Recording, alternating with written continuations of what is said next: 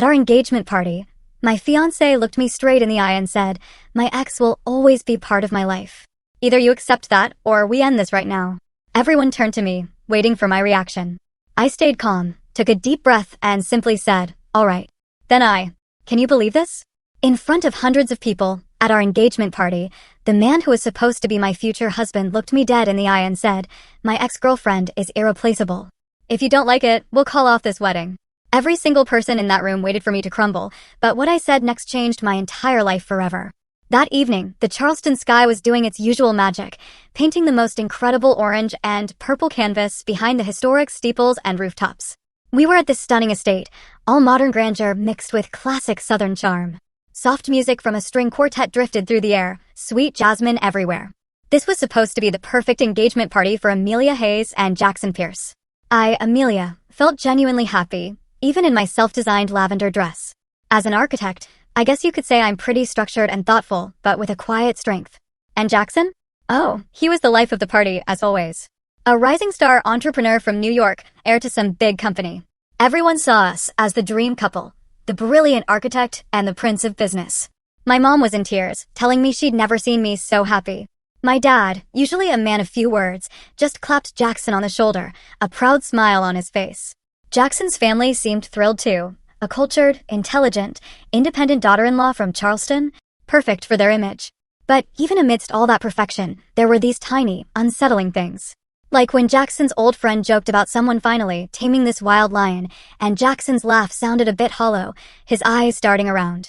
Or those moments when he'd go silent mid-conversation, his smile fading as he'd tap his phone, only to brush it off as work stress when I asked. I chose to believe him. For me, love was built on trust. I truly believed our foundation was solid. That night was supposed to be the celebration of that foundation. I had no idea Jackson himself was about to take a giant sledgehammer to it. After dinner, the master of ceremonies announced the speeches.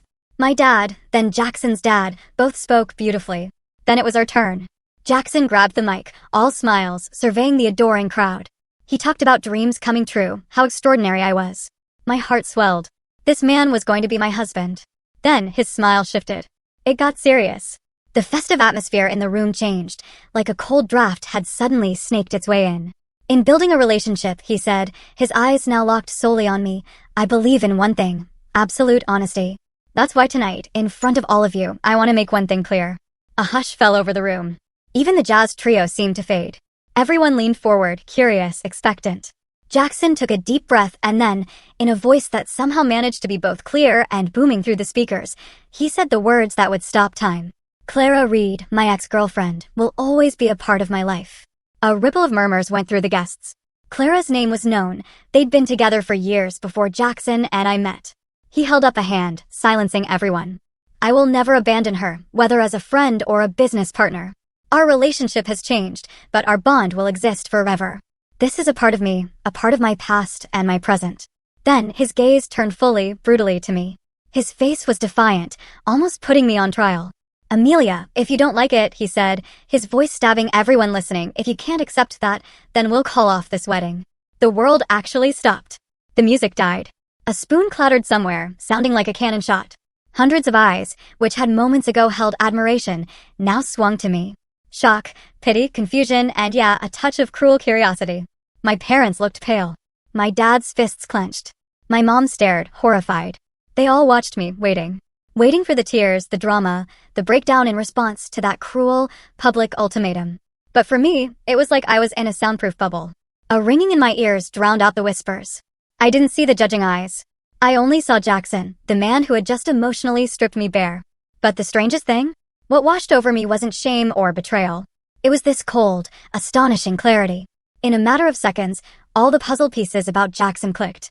His distant attitude, the secretive phone, those late-night business calls. It all pointed to Clara Reed. This wasn't honesty. This was a declaration of power. He wasn't asking for understanding. He was issuing an ultimatum. This wasn't a relationship built on trust, but on his terms and conditions.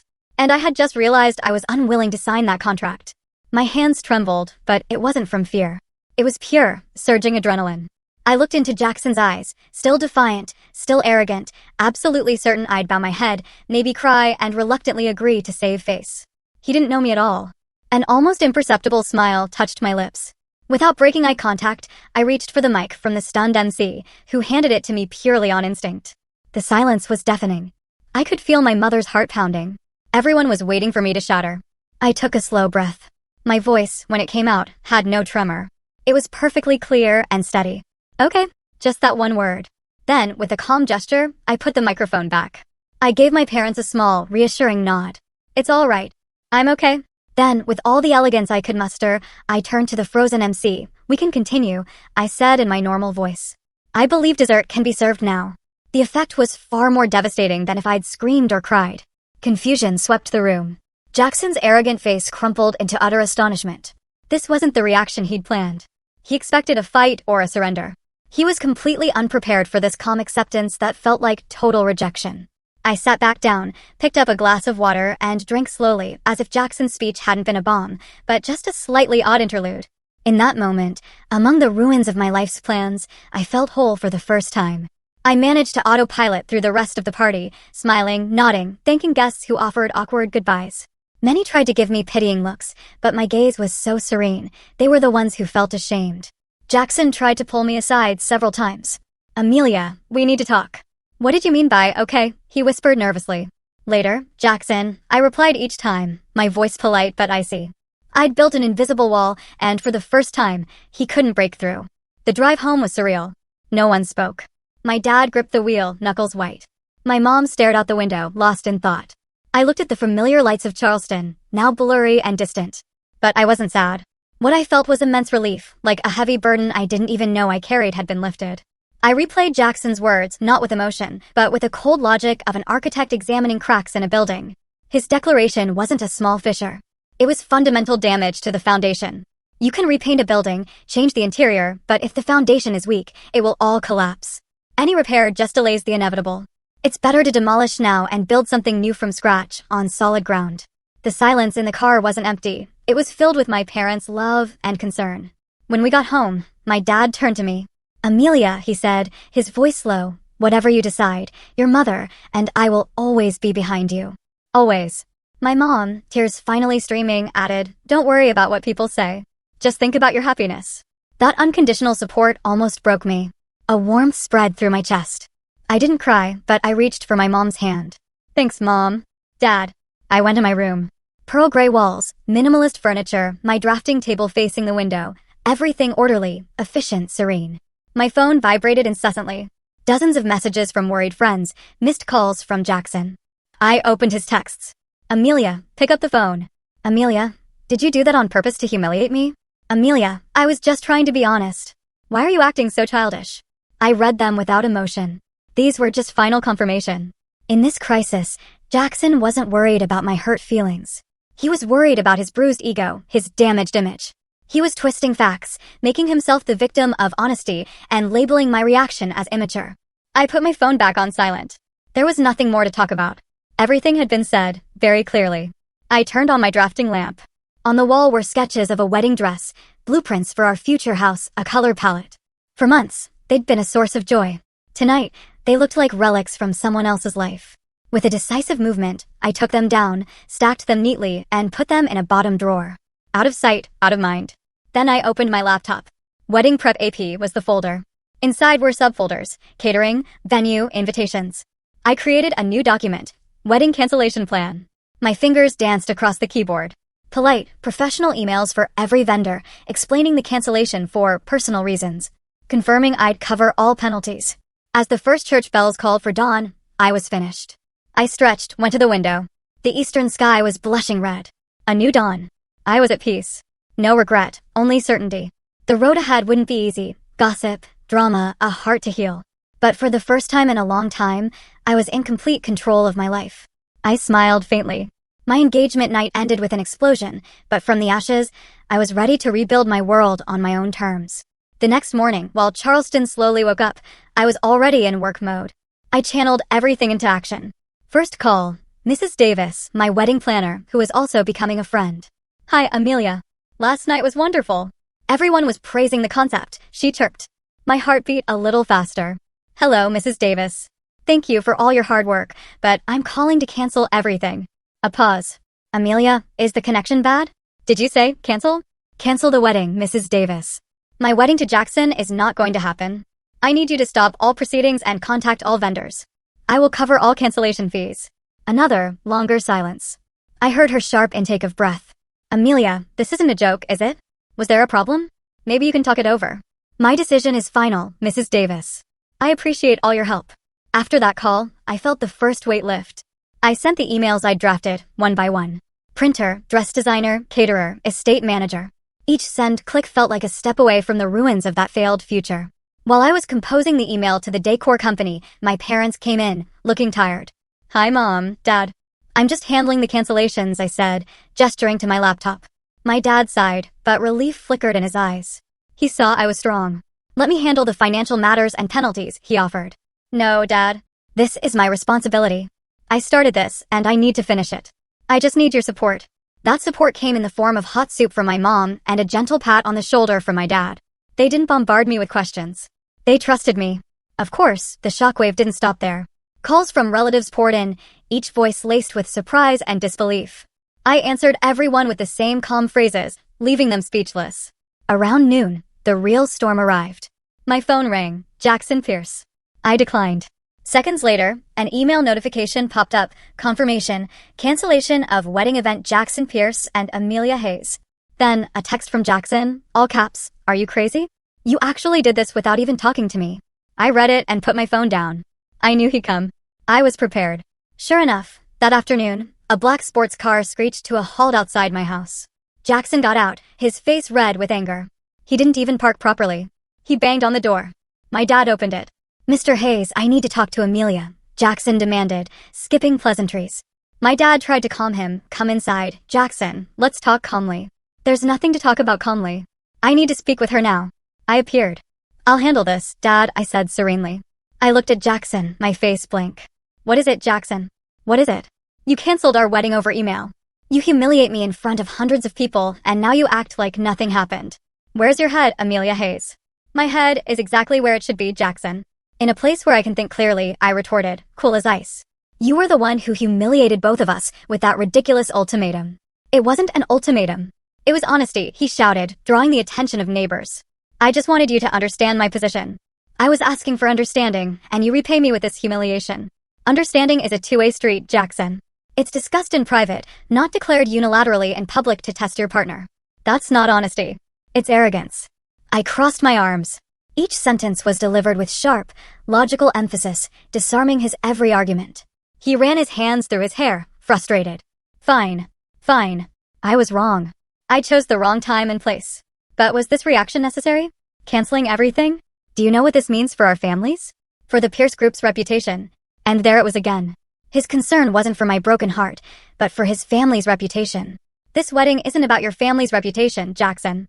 It's about my life, and I'm not willing to spend it with a man whose heart is still divided. I don't want to always compete with the shadow of his past. I never asked you to compete. My relationship with Clara is over. Really? Then why did you feel the need to proclaim it as a primary condition of our marriage? Why can't you let her go?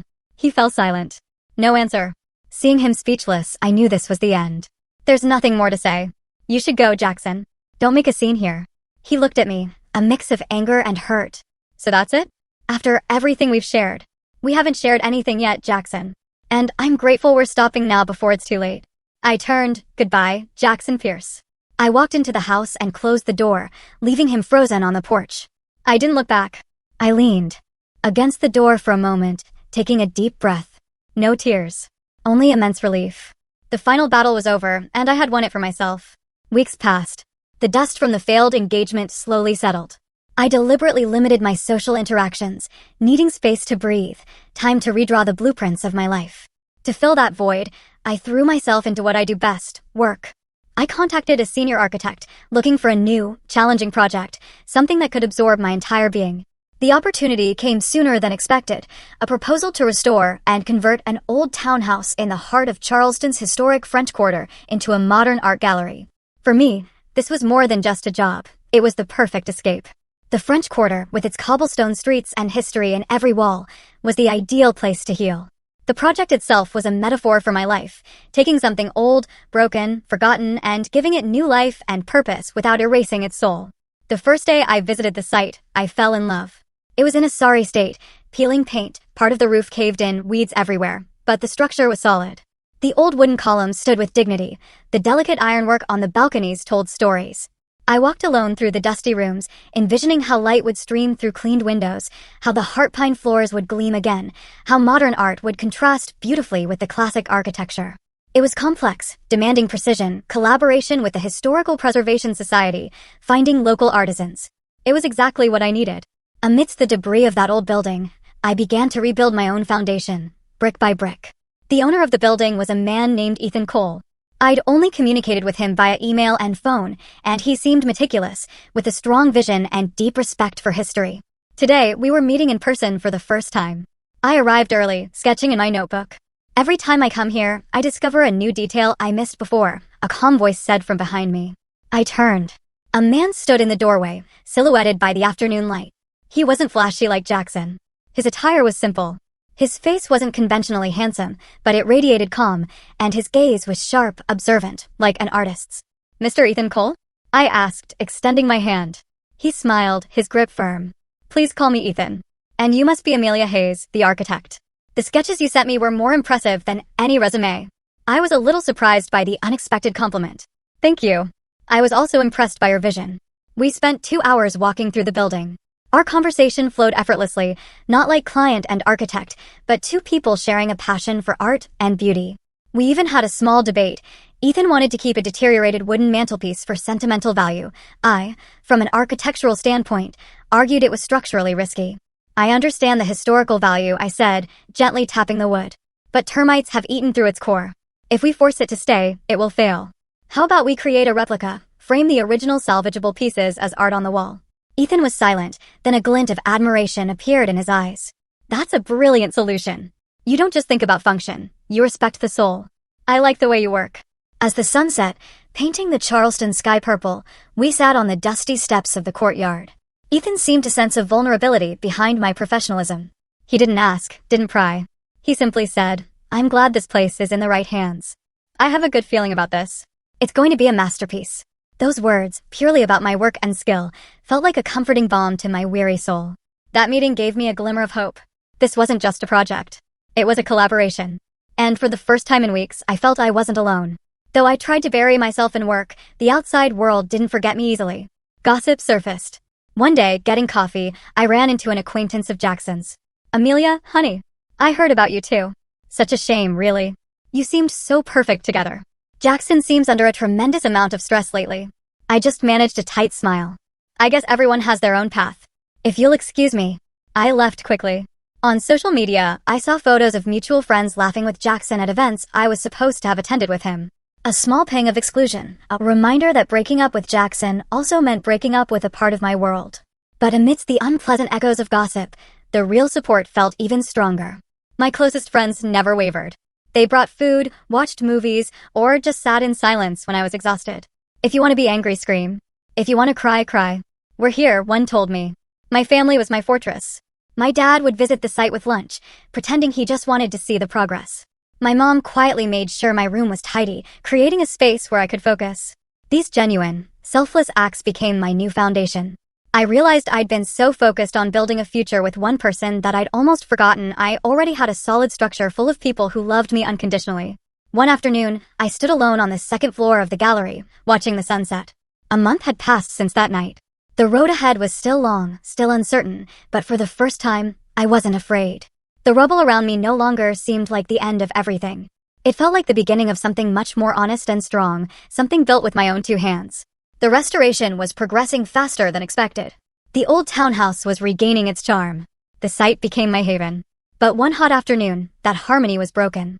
A familiar black sports car pulled up, kicking up dust. Jackson Pierce. He looked different, disheveled, gaunt, his expensive suit wrinkled. He carried a huge bouquet of white lilies, my favorite. I felt a knot in my stomach. I signaled the workers to continue and walked toward him. "Jackson, what are you doing here?" "This is my workplace," I said, my voice low and sharp. "I know. I just wanted to talk," he replied, offering the flowers. I didn't accept them. I just looked at him. "Amelia, I'm a wreck without you," he continued, almost desperate. "Everything's a mess. My work, my life. I can't focus. I was wrong. I know I was wrong. I should never have said that. It was the first time he'd admitted a mistake, but it still sounded like a child wailing because his toy was broken. I'll change, Amelia. I promise. I'll fix it with Clara. I'll draw a clear line. Please, just give me one more chance. Just as I was about to respond, Ethan came out from inside the building with 2 bottles of water. He stopped, not approaching, but his presence felt like silent support. Jackson's eyes immediately caught Ethan, and the pitiful expression on his face morphed into jealous sarcasm. So that's what this is. You didn't waste any time finding a replacement. My patience snapped. Stop it, Jackson, I hissed. Don't drag others into the problems you created. My decision has nothing to do with anyone but you and your actions. Now, please leave. But, Amelia, leave. I repeated, louder this time, making workers turn. And don't ever show up at my workplace or look for me again. His face hardened. He roughly threw the lilies on the ground, got in his car, and sped away, leaving dust and crushed white petals. I closed my eyes for a moment, trying to calm my racing breath. Ethan slowly approached, offering me water. Are you okay? He asked softly. I nodded, accepting the water. I'm okay, I replied, and I truly was. That interruption from the past no longer had the power to ruin my day.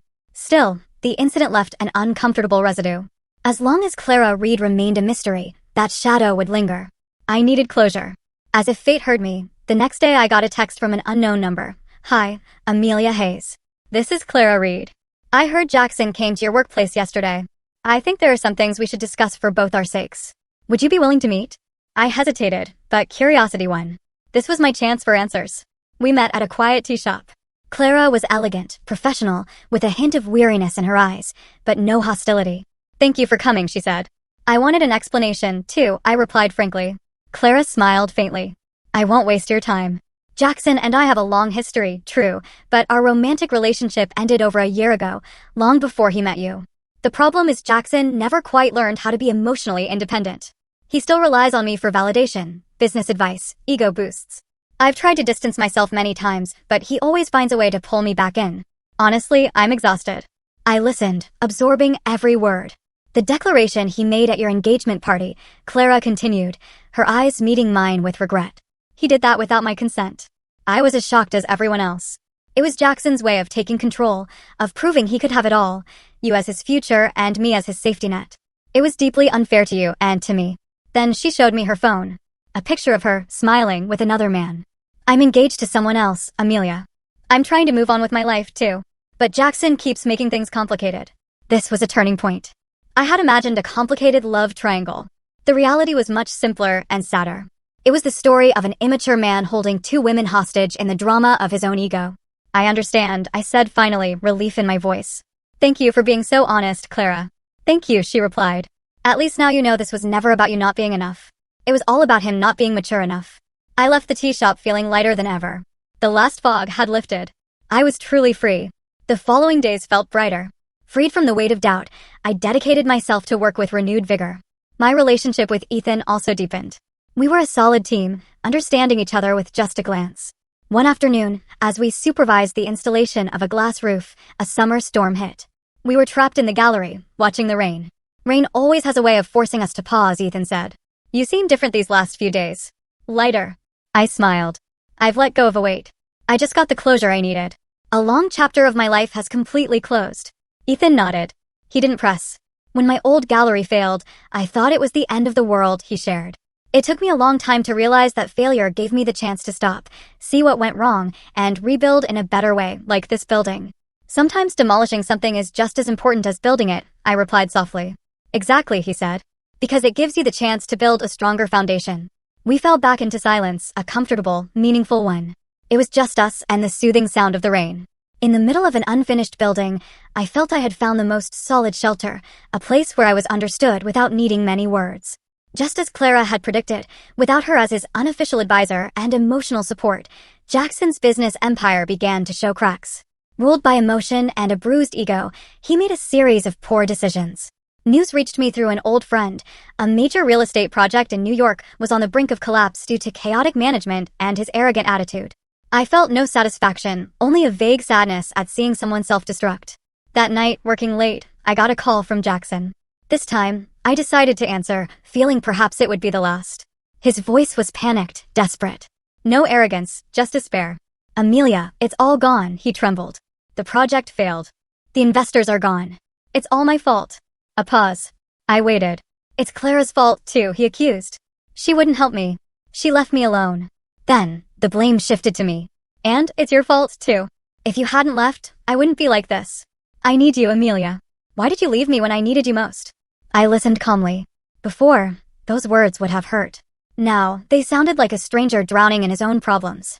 Jackson, I said, my voice gentle but firm. Blaming everyone else isn't going to solve your problems.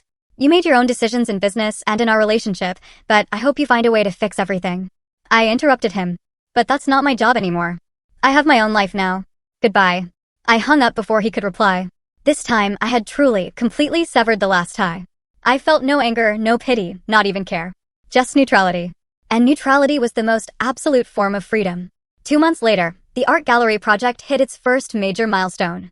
The structural restoration was complete, the roof installed, walls repainted, floors polished. To celebrate, Ethan suggested a small toast with the core team. In the still empty central hall, we gathered. For me, it was emotional. I looked at the high ceilings, the sturdy columns, the golden sunlight streaming in. I had done it. I had transformed ruins into something beautiful and hopeful. A tangible testament to my ability and perseverance. After everyone left, only Ethan and I remained, standing side by side, contemplating our work in comfortable silence.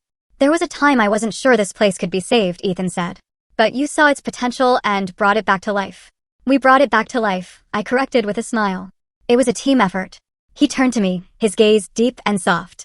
Amelia, he said, his voice more serious, working with you these past few months has changed more than just this building. From the first day, I admired your strength, your talent, your way of seeing beauty where others only see ruins. But over time, I realized I wasn't just admiring Amelia Hayes, the architect. He paused, searching for words. I've grown to love you. The confession was quiet, sincere, no pressure. Not a grand declaration, but an honest expression. I looked at Ethan's face, bathed in the sunset light. I saw warmth, respect, sincerity. All the things I had once longed for. I didn't need words. The most genuine, brilliant smile I'd had in years spread across my face. In the middle of the gallery that had become the symbol of my own rebirth, I knew I had not only rebuilt a building, but found a new foundation for my heart, and this time it felt incredibly solid. Ethan's sincere confession opened a new door. We didn't rush. We let our feelings grow organically, like the careful restoration of the townhouse. We were no longer just architect and client. We were two souls creating something beautiful together. Our days were filled with happy activity at the project site, debating paint colors, light placement. I focused on technical aspects. Ethan brought the artistic and philosophical touch. We complemented each other perfectly. Often, we'd stay after everyone left, sitting on a blanket on the dusty floor, sharing dinner, talking about things beyond work. I told him about my dream of designing schools in rural areas. He told me about meeting artists across the country. In these relaxed conversations, I found a peace I'd never felt with Jackson. With Ethan, I didn't need to be the best version of myself. I could be my complete self, the sometimes too perfectionistic architect, the woman still healing, the dreamer with strange ideas.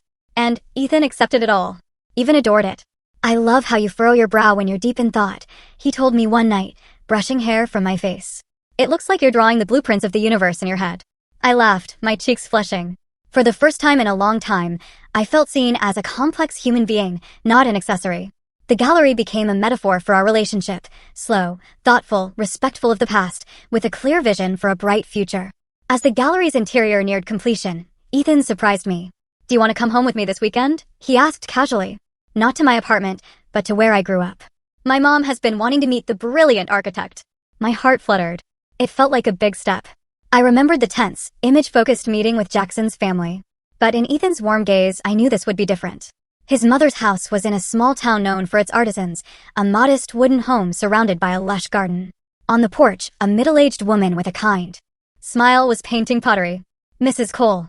The meeting wasn't awkward at all. She greeted me with a warm hug, asking enthusiastically about the gallery's restoration, my philosophy.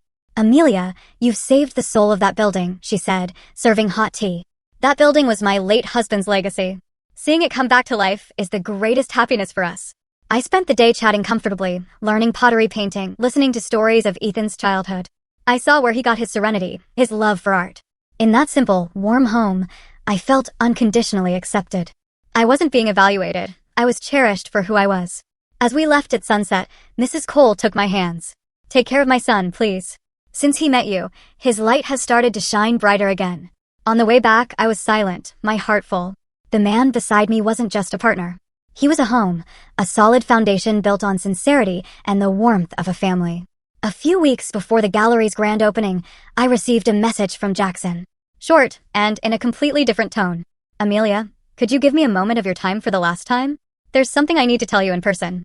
I promise I won't bother you. My heart now calm, I agreed. We met at the same tea shop where I'd met Clara. This Jackson was a different person. No arrogance. Thinner, quieter. A maturity in his eyes that wasn't there before. He ordered a black coffee, not an expensive drink. Thanks for coming, he began. I won't take long. I just wanted to do something I should have done a long time ago. He looked me directly in the eyes. I'm sorry. His voice was firm, sincere. I apologize for everything I did, for my words at that party, for my ego, for my immaturity. I ruined something good because of my foolishness, and it's taken me months to realize it. He briefly shared that he'd lost his business, but it had become his turning point. He was rebuilding from scratch in a more honest way. He'd cut contact with Clara and wished her happiness. I hear you're happy now, he continued with a faint smile. I'm glad. Truly, you deserve the best. I felt the sincerity in every word. The last weight, one I wasn't even aware I was carrying, finally lifted. No more anger, no disappointment. Only peace. Thank you for your apology, Jackson. And I accept it, I replied. I hope you rebuild a better life for yourself, too. We shook hands, closing a chapter peacefully, maturely. When I left that tea shop, I knew the story of Jackson Pierce had truly become the epilogue in the book of my life. The gallery project was 100% complete. The building stood majestically, a perfect blend of old-world charm and new-world spirit. To celebrate before the official grand opening, Ethan took me to one more place. There's one more spot I want to show you. A place where I always find inspiration to start something new. He took me to White Point Garden. The afternoon sun was setting, bathing the historic park in golden light. The atmosphere was magical. We walked among the old oak trees, talking about history, legacy, things that endure. As the sun nearly touched the horizon, painting the sky with purples, oranges, and reds, Ethan led me to a spot with a perfect view of the harbor. He stopped and turned to me. He didn't kneel. He simply took both of my hands in his warm ones. Amelia Hayes, he began, his voice soft, full of emotion. Our story began at sunset in an old, nearly ruined townhouse. Then you came and transformed it into a place full of light and hope. You've done the same for my life. My eyes began to fill with tears. I want to spend every sunset and every sunrise of my life with you. I want to build something with you that endures, not of stone, but of love and respect. He continued, pulling a small box from his pocket. Inside was a simple but exquisitely beautiful ring with a delicate detail engraved, inspired by the ironwork of the gallery. He had clearly designed it himself. Will you marry me? In the majesty of that historic park, my heart full, I answered with a trembling voice, yes, I will, Ethan.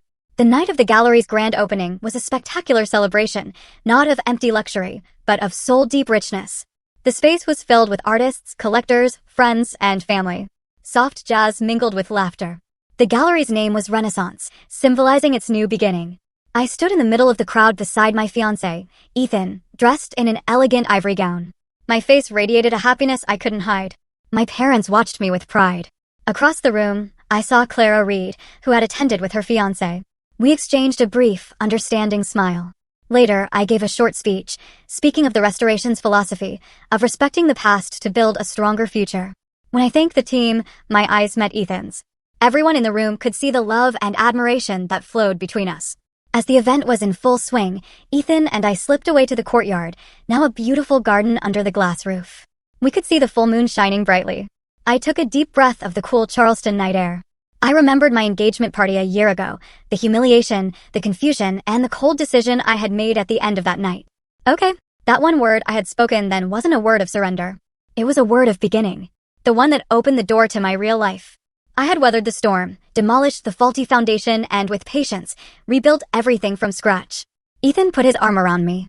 Look what we've built together, he whispered. I smiled and leaned my head on his shoulder. My name, Amelia, meant work and striving. After a long, dark eclipse, I was finally shining again, not with a borrowed light, but with my own complete and radiant glow. And beside me was Ethan, my steady constant, who wasn't trying to dim my light, but would always be there to join me in every sunrise and every sunset.